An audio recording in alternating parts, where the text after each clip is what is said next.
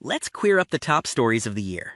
This is number 21 of 2025. Utah teacher shares creative resistance to anti-LGBTQ+ law. We shared this story on May 7th. We recall Utah's new law banning LGBTQ flags in schools, and one teacher who refused to let support disappear.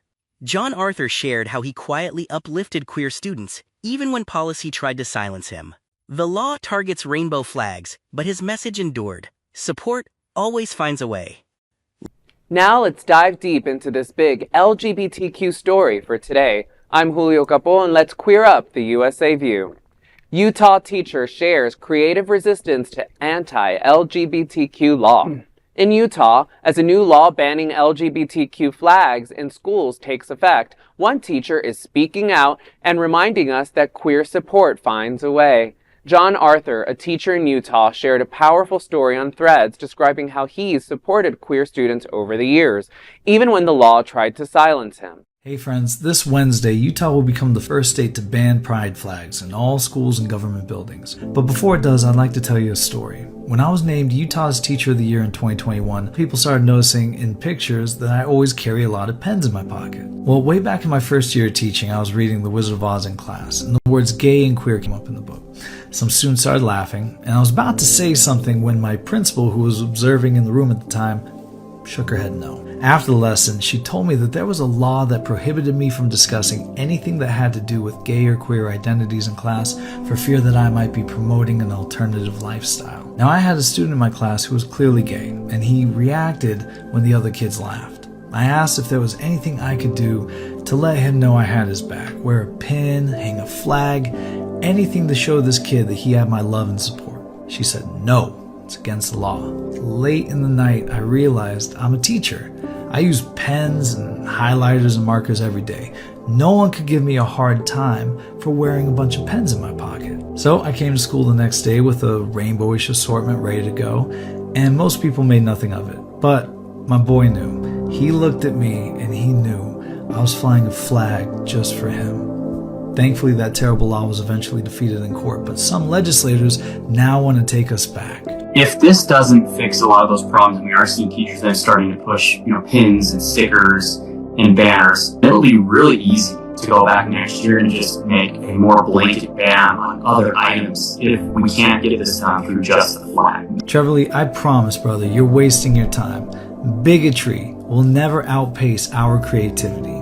The only way to get rid of rainbow flags and all the rest is to make them unnecessary. When all our kids, LGBTQ youth included, get to walk into our classrooms and find themselves celebrated in the books they read, the histories they study, and the stories we tell, then teachers won't need to fly rainbow flags for them anymore. Until then, you can count on teachers continuing to lovingly fight for liberty and justice for all.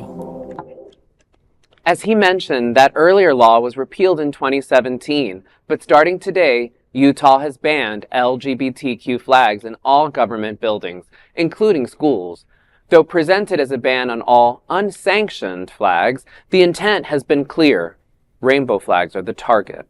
But Arthur is a powerful reminder that even in silence, support can speak volumes. Queer News Tonight is reminded by John Arthur that teachers are the heart and inspiration of America.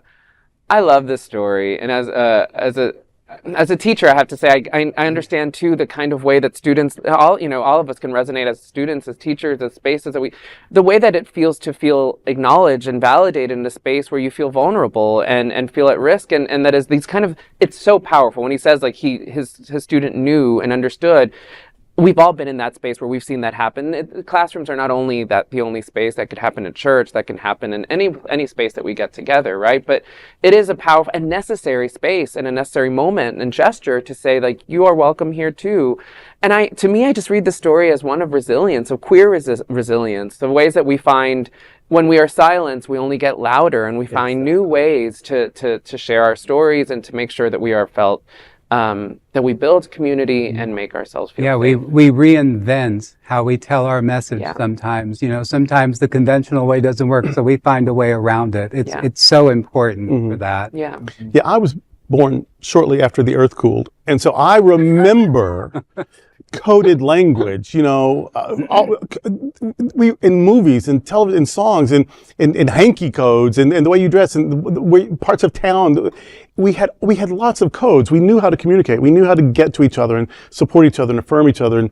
And so we got this. I mean, you make it difficult for us, but you're not going to give it. And I bristle. I just go into a blind rage when I hear it, promoting lifestyles. You can't promote. They're denying science. They're denying people's personal stories. They act like this is some gang you can join. Like, you could just join the queer club and then, and then you made a choice. First of all, that'd be a fabulous choice if you could make it.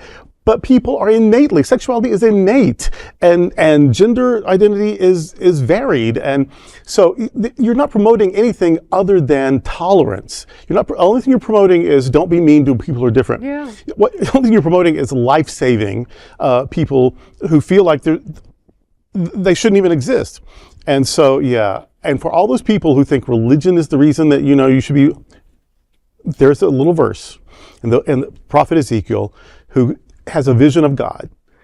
It's in the first chapter. And the vision he has of God, he said, it's like the bow in the sky that appears after the rain.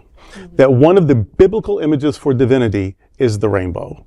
And the rainbow, what is a rainbow? It's just light reflected and refracted through water droplets. It's light. People are scared of the light, but remember, you are the light. I love that. Like, how do I follow that? I know. It's a ditto. What he said. No, but I think this is a beautiful story how teachers are, literally the fabric of America. And, as I was watching that video, I was getting a little teary-eyed because I remember growing up as that little, gay boy in school and knowing that I was different, but not knowing what gay was. Yeah. And I was thinking back to my teachers that I had, and did they show any signs of like making sure that I was safe? And that I was thinking, like, I just went through my whole history in my mind of all the teachers that I had and all the experiences I've had, and I can literally think of a couple instances where my teachers were very inclusive and very welcoming, and I thank them, for that now, that I never realized that before. And, what a simple and creative way, with markers and pens, right? Just to be able to show that. I think that it is very genius. So, congratulations and kudos to you. We are bringing you a special presentation of the 25 most important stories of the year that we call the Top 25 of 2025. There is no other queer nonprofit media platform like this in the entire world. Support our LGBTQ stories by subscribing and sharing Queer News Tonight.